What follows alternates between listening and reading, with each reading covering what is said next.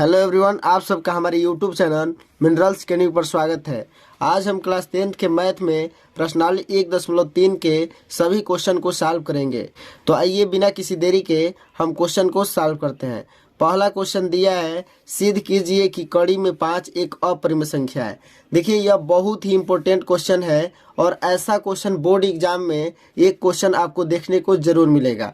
तो आइए मैं बहुत ही इजी भाषा में और बहुत ही इजी तरीके से आपको बताता हूं कि जब भी ऐसा क्वेश्चन पूछा जाए तो आप उसको सिद्ध कैसे करेंगे। वीडियो को अंत तक जरूर देखिएगा।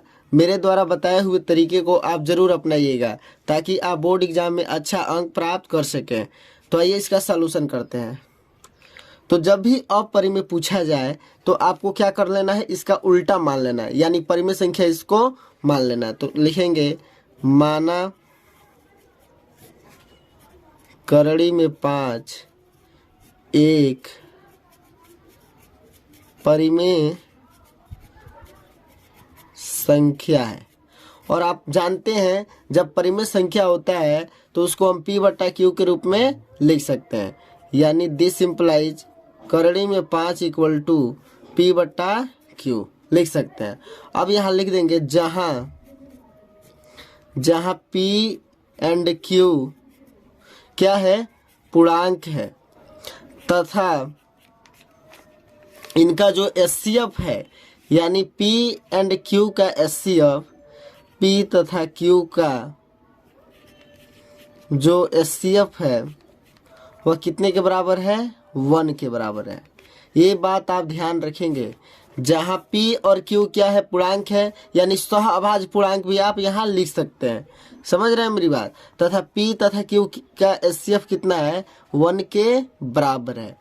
अब क्या करते हैं, दोनों पक्षों का वर्ग करते हैं। तो दोनों पक्षों का वर्ग करेंगे तो लिखेंगे दोनों पक्षों का वर्ग करने पर, अब वर्ग करेंगे तो यह 5 हो जाएगा और इस पर लग जाएगा P² बटा Q²। ठीक है, अब Q² को इधर लाएंगे तो Q² बराबर मिलेगा P² बटा 5। अब यहाँ से देखिए, अगर P² 5 से डिविजिबल हो, यानी 5 से विभाजित हो, तो P भी 5 से विभाजित होगा।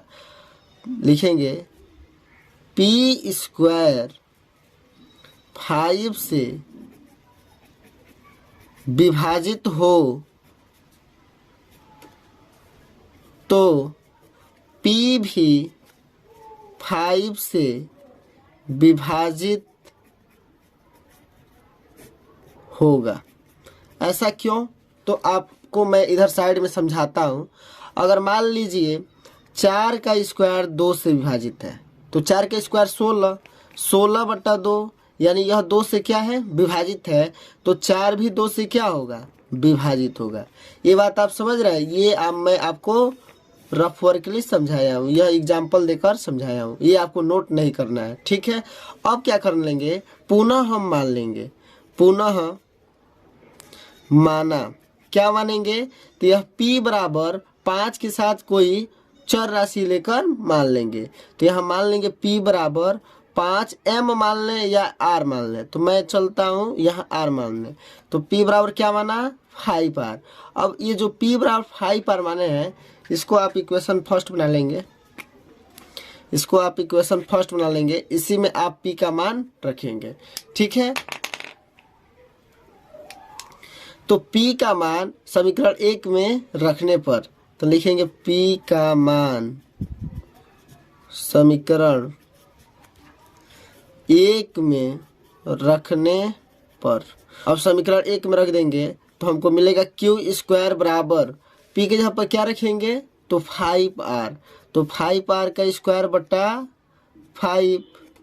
अब यहाँ से देखिए क्या मिलेगा, Q² बराबर 5 का स्क्वायर करेंगे तो 25 और R का R² बटा 5 यानी 5। अब 5 से इसको काट लीजिए, कितनी बार में, तो कितनी बार में, 5 बार में। तो हमको मिला Q² बराबर 5R²। ठीक है, तो R² बराबर कितना मिलेगा, तो Q² बटा 5। अभी मैं ऊपर देखा ऊपर यह देखें, जब पी स्क्वायर बटा 5 था तब पी स्क्वायर 5 से विभाजित है, तो पी भी 5 से विभाजित होगा।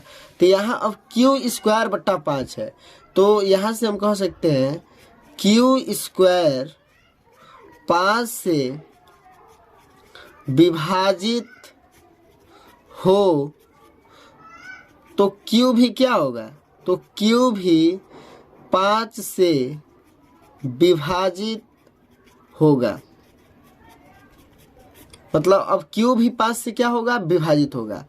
अब हम देख रहे हैं कि P और Q दोनों 5 से विभाजित है, तो बताइए आप कि अगर दोनों नंबर 5 से विभाजित है, अब पहले इनका HCF 1 था, तो अगर दोनों नंबर अब 5 से विभाजित है तो अब इनका HCF क्या हो जाएगा, 5 हो जाएगा। तो यहाँ पर लिखेंगे चूंकि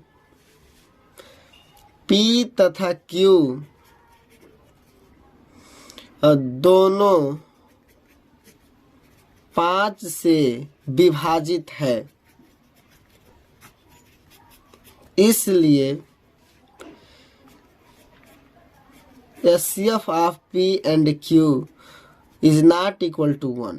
मतलब अब 1 के बराबर नहीं होगा। अब आइए मैं आपको इधर रफ में समझाता हूँ इसका मतलब क्या है। जैसे मान लीजिए 4 और 8 है, ठीक। 4 और 8 पहले किससे विभाजित है, तो 1 से, फिर उसके बाद 2 से, फिर उसके बाद 4 से। दोनों ये नंबर है, यह 1 से विभाजित है, 2 से भी है और 4 से है। तो इनका HCF क्या होगा, तो इनका HCF जो विभाजित है ना, इसमें सबसे बड़ा वाला नंबर होता है, यानी इन दोनों का HCF क्या होगा, 4 होगा। HCF बराबर 4। वैसे ही यह है P एंड Q पहले 1 से विभाजित था, अब 5 से हो गया, तो इन दोनों का HCF क्या होगा, 5 अब होगा, अब 1 के बराबर नहीं होगा। यानी हम जो पहले माने थे अब उसमें विरोध होने लगा। पहले माने थे तो HCF 1 था, लेकिन अब HCF क्या होने लगा, 1 नहीं होने लगा, यानी अब HCF हमारा 5 होने लगा, यानी विरोध होने लगा। तो लिखेंगे इस विरोधाभास के कारण हमारी कल्पना गलत साबित हुई, इसलिए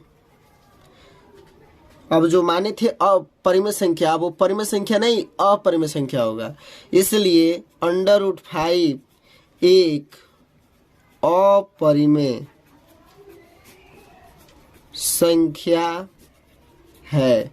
यही हमको क्या करना था, सिद्ध करना था। तो जब भी आप सिद्ध करेंगे तो नीचे आप जरूर लिखेंगे हैंस प्रूव्ड।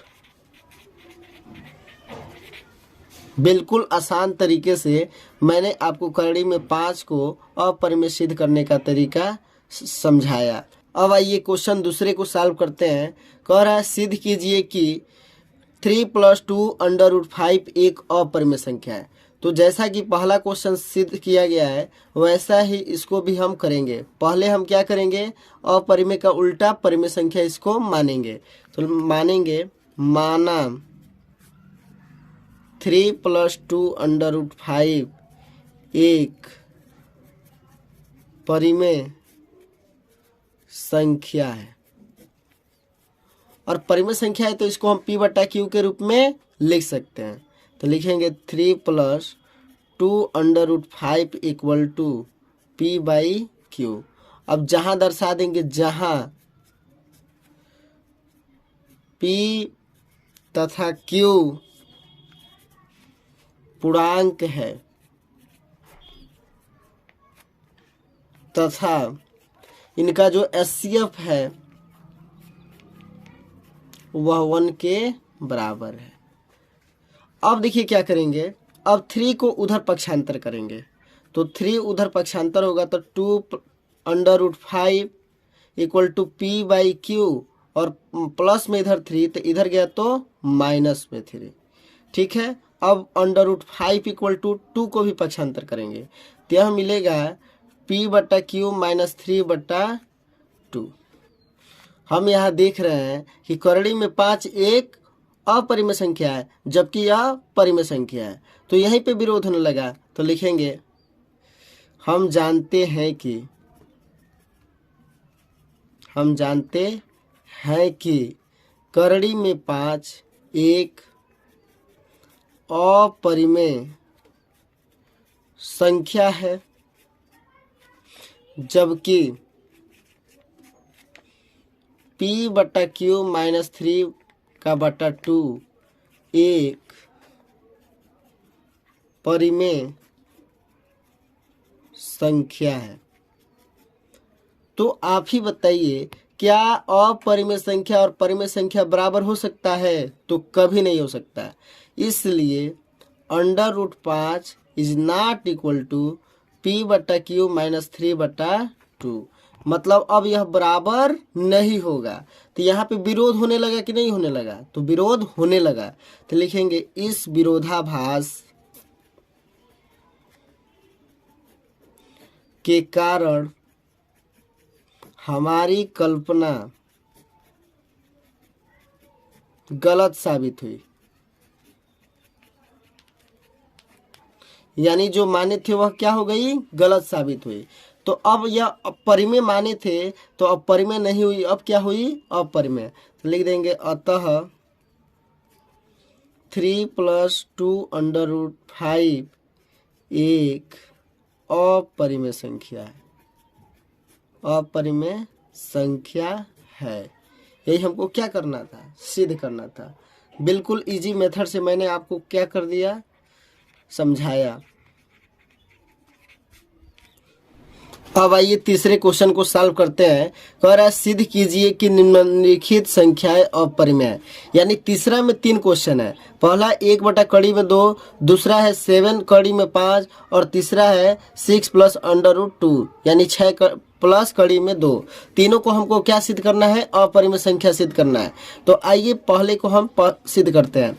तो ये अपरिमेय सिद्ध करना है, तो इसका उल्टा हमें परिमेय संख्या मानना पड़ेगा। तो मानेंगे माना 1/√2 एक परिमेय संख्या है। और जैसे ही परिमेय संख्या मानेंगे तो इसको p/q के रूप में हम लिख सकते हैं। तो 1/√2 बराबर p/q। अब यहाँ दर्शा देंगे जहाँ p तथा q पूर्णांक है। ठीक है। अब देखिए हम क्या करेंगे, तो करड़ी में 2 को अंश में लिखेंगे। तो ये कैसे? तो पलटेंगे तो यह हो जाएगा करड़ी में 2/1, और जब इधर का पलटेगा तो इधर का भी हमको पलटना पड़ेगा। ये रूल के अकॉर्डिंग है। जब आप लेफ्ट हैंड साइड में कुछ काम करेंगे तो राइट हैंड साइड में भी वो काम होगा। तो यह होगा q/p। अब यहाँ से 1 को हम हटा सकते हैं, तो करड़ी में 2/q/p। हम देख रहे हैं कि यह एक अपरिमेय संख्या है, जबकि यह एक परिमेय संख्या है। क्या अपरिमेय संख्या और परिमेय संख्या बराबर हो सकता है? तो नहीं हो सकता। तो लिखेंगे हम जानते हैं कि करड़ी में 2 एक अपरिमेय संख्या है, जबकि p/q एक परिमेय संख्या है। इसलिए √2 is not equal to q/p। Sorry, यहाँ पे मिस्टेक हो गया, आप q/p करेंगे। तो √2 is not equal to q/p। तो यहाँ विरोध होने लगा। यहाँ बराबर था, यहाँ बराबर अब नहीं हो रहा है। इसका मतलब क्या हुआ कि यह परिमेय नहीं अपरिमेय होगा। लिखेंगे इस विरोधाभास के कारण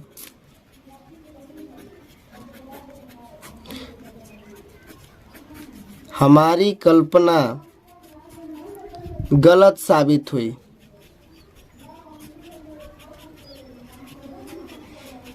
इसलिए 1/√2 एक अपरिमेय संख्या है। यही हमको सिद्ध करना था। ठीक है, नीचे लिख देंगे हैंस प्रूव्ड। अब आइए दूसरे क्वेश्चन को सॉल्व करते हैं। कह रहा है 7√5, इसको आप सिद्ध कीजिए कि यह एक अपरिमेय संख्या है। तो इसको भी हम मान लेंगे परिमेय संख्या। माना 7 करड़ी में 5 एक परिमेय संख्या है। और जब परिमेय संख्या होगा तो इसको p बटा क्यू के रूप में आप लिख सकते हैं। तो दिस इम्प्लाई 7 करड़ी में 5 इक्वल टू p बटा क्यू। यहाँ आप दर्शा देंगे p और q क्या है, जहाँ p तथा q पूर्णांक है। केवल आप पूर्णांक लिख देते हैं तभी कोई दिक्कत नहीं है। वो आप कब लिखेंगे, इनका HCF 1 के बराबर है, जब सिंगल आपको पूछेगा तब लिखना है। जैसे √5 पूछ दे या √2 पूछ दे या √7 पूछ दे या √3 पूछ दे, तब यहाँ पे आप लिखेंगे P और Q पूर्णांक है तथा इनका HCF 1 के बराबर है। ठीक है। अब यहाँ पे 7 का पक्षांतर कर दीजिए। 7 इधर मल्टीप्लाई में है यानी गुणा में उधर जाएगा तो डिवाइड में हो जाएगा। तो √5 इक्वल टू P बटा 7Q यह होगा। 7 इधर अंश में इधर जाएगा तो हर में। अब हम यहाँ देख रहे हैं कि √5 एक अपरिमेय संख्या है जबकि P बटा 7Q एक परिमेय संख्या है। तो क्या अपरिमेय संख्या और परिमेय संख्या बराबर हो सकते? तो कभी नहीं हो सकते। तो लिखेंगे हम जानते हैं कि √5 एक अपरिमेय संख्या है जबकि P बटा 7Q एक परिमेय संख्या है। तो क्या अपरिमेय संख्या और परिमेय संख्या बराबर हो सकते? तो कभी नहीं हो सकते। तो यहाँ पे लिख देंगे इसलिए √5 is not equal to P बटा 7Q। तो यहाँ पे विरोध होने लगा। ऊपर देख रहे हैं बराबर है, नीचे देख रहे हैं बराबर नहीं हो पा रहा है। तो लिखेंगे इस विरोधाभास के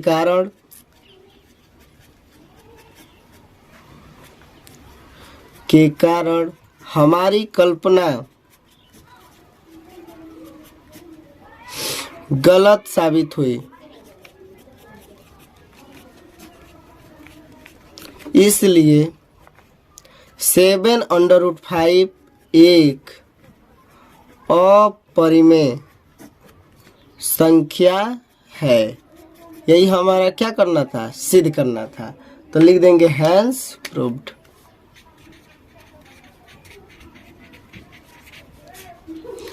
अब आइए तीसरे क्वेश्चन के तीसरे को सॉल्व करते हैं। यह कह रहा है कि 6 + √2 को आप सिद्ध कीजिए कि यह एक अपरिमेय संख्या है। तो यहाँ पर भी हम इसको क्या कर लेंगे, परिमेय संख्या मान लेंगे। तो माना 6 + √2 एक परिमेय संख्या है।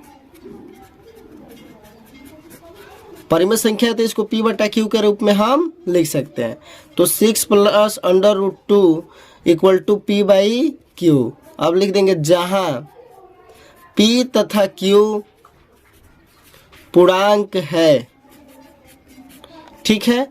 अब यहाँ से देखिए 6 को हम पक्षांतर करेंगे तो यह मिलेगा करड़ी में 2 इक्वल टू P बटा Q। 6 इधर प्लस में इधर गया तो माइनस में। अब हम यहाँ देख रहे हैं कि इसका लेफ्ट हैंड साइड अपरिमेय संख्या है जबकि राइट हैंड साइड परिमेय संख्या है। तो क्या अपरिमेय संख्या और परिमेय संख्या बराबर हो सकता है? तो नहीं हो सकता है। तो यहाँ विरोध होने लगा। तो इसका मतलब यह जो 6 + √2 है वह एक परिमेय नहीं अपरिमेय संख्या है। तो लिखेंगे हम जानते हैं कि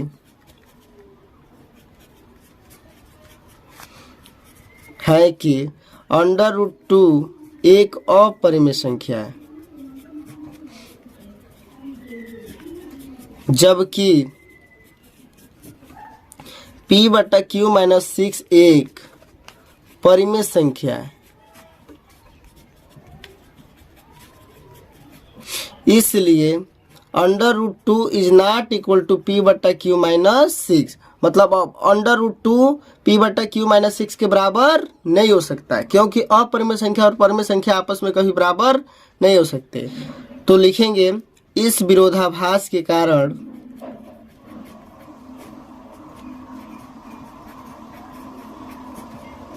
हमारी कल्पना गलत साबित हुई।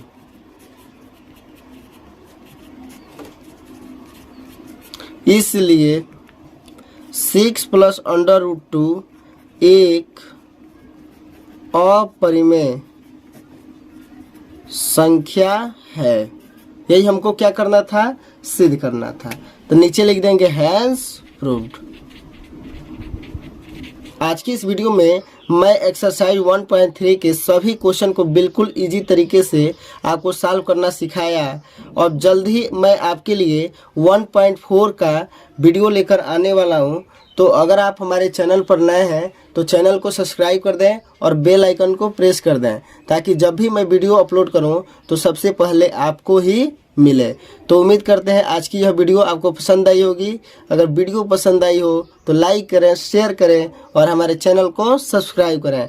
फिर मिलते हैं किसी नेक्स्ट वीडियो में, तब तक के लिए जय हिंद, जय भारत।